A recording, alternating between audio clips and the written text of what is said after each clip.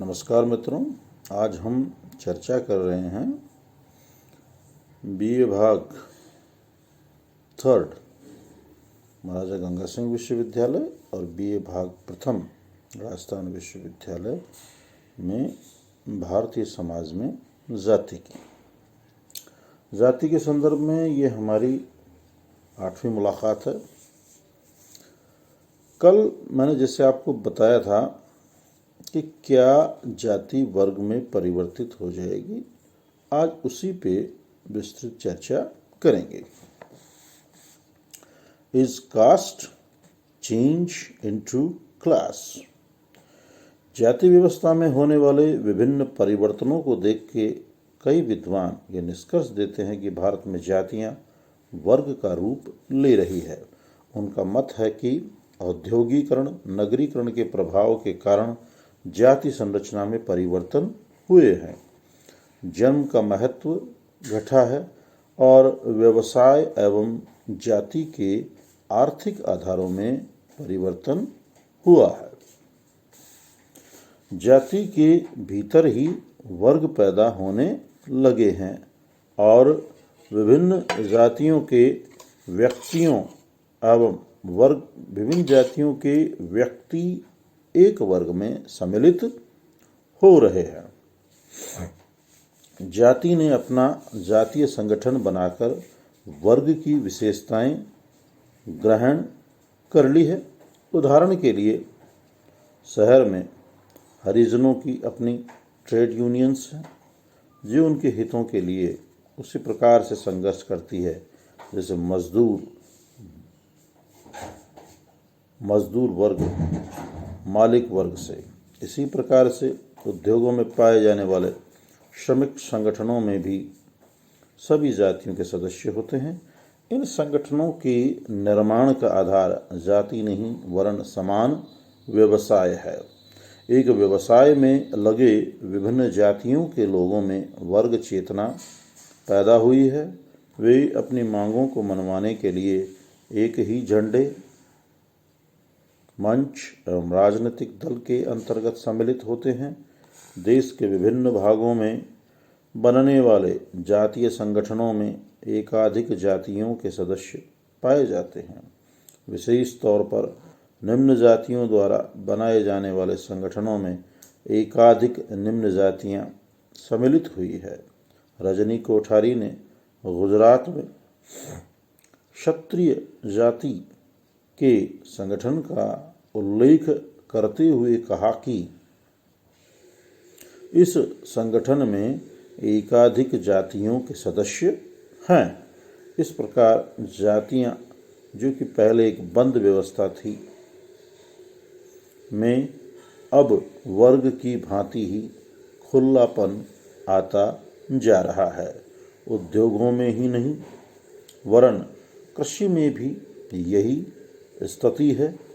औद्योगिकरण के कारण ग्रामीण व्यवसायों के नष्ट हो जाने से ग्रामीण दस्तकारी जातियां अपने व्यवसाय को छोड़कर कृषि कार्य करने लगी है और वे भूमिहीन कृषक के रूप में सर्वहारा वर्ग में बदल रही है।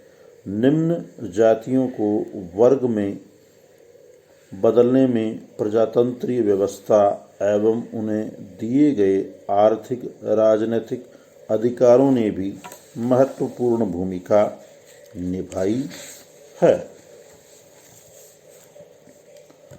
ब्रायन रैन का मत है कि जाति व्यवस्था का आधार विभिन्न जातियों के बीच सांस्कृतिक भिन्नता का पाया जाना है, किसी प्रकार के संघर्ष का पाया जाना नहीं।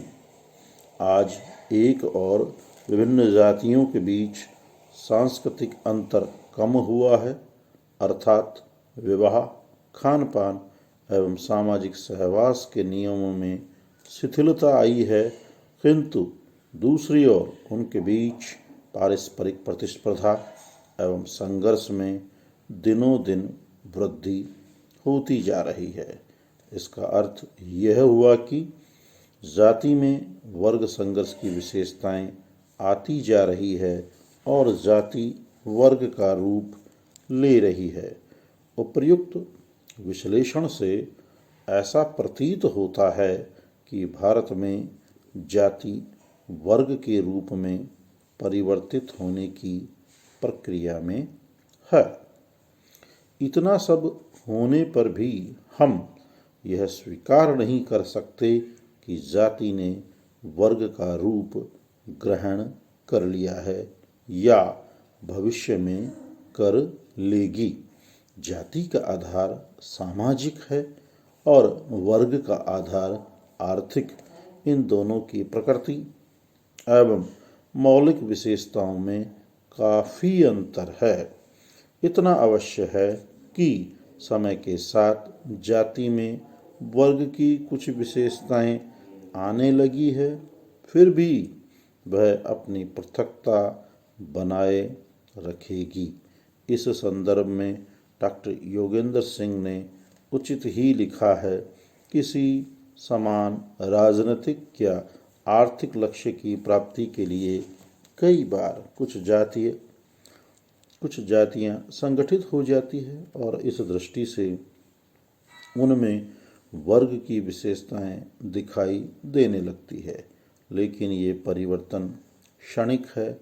ऐसे लौकिक लक्ष्यों की प्राप्ति के बाद जातियां पुनः अपने मौलिक प्रकारों जैसे वैवाहिक, सहभोजी, धार्मिक अनुष्ठान पर लौट आती है। डॉक्टर सक्सेना का मत है, वर्तमान भारत उन्हीं परिवर्तनकारी शक्तियों के प्रभाव में है जिन्होंने पश्चिमी समाज की वर्ग व्यवस्था को जन्म दिया। किंतु निश्चयपूर्वक यह नहीं कहा जा सकता कि जाति प्रथा वर्ग व्यवस्था में परिवर्तित हो जाएगी, क्योंकि समान परिवर्तनकारी शक्तियां दो विभिन्न समाजों में परिवर्तन की समान गति एवं दिशा को जन्म नहीं दे सकती। इसी संदर्भ में डॉक्टर के.एल. शर्मा लिखते हैं कि जाति की प्रकृति संस्कारात्मक एवं धर्म सभा से हटकर चुनावों, व्यवसायों एवं नौकरी में अपने सदस्यों को सुविधाएं प्रदान करने के रूप में बदल गई है, लेकिन जातियां न तो मार्क्सवादी और न ही वेबर द्वारा बताए गए वर्गों के रूप में बदलती है। इस संपूर्ण विवरण से स्पष्ट है कि यह कहना भ्रामक है कि भारत में जाति व्यवस्था वर्ग व्यवस्था के रूप में परिवर्तित हो रही है। मित्रों, ये आज हमने देखा कि क्या जाति वर्ग में बदल जाएगी। इसके पक्ष और विपक्ष में हमने तर्कों का विश्लेषण किया। अब कल मैं आपसे जाति का एक अंतिम और एक महत्वपूर्ण टॉपिक रह गया कि क्या भारत में जाति का क्या भविष्य है, भविष्य में क्या जाति रहेगी या नहीं रहेगी। अब हम इसके ऊपर कल विस्तार से चर्चा करेंगे। आप सब लोग स्वस्थ रहें, प्रसन्नचित्त रहें, इन्हीं शुभकामनाओं के साथ सुप्रभात।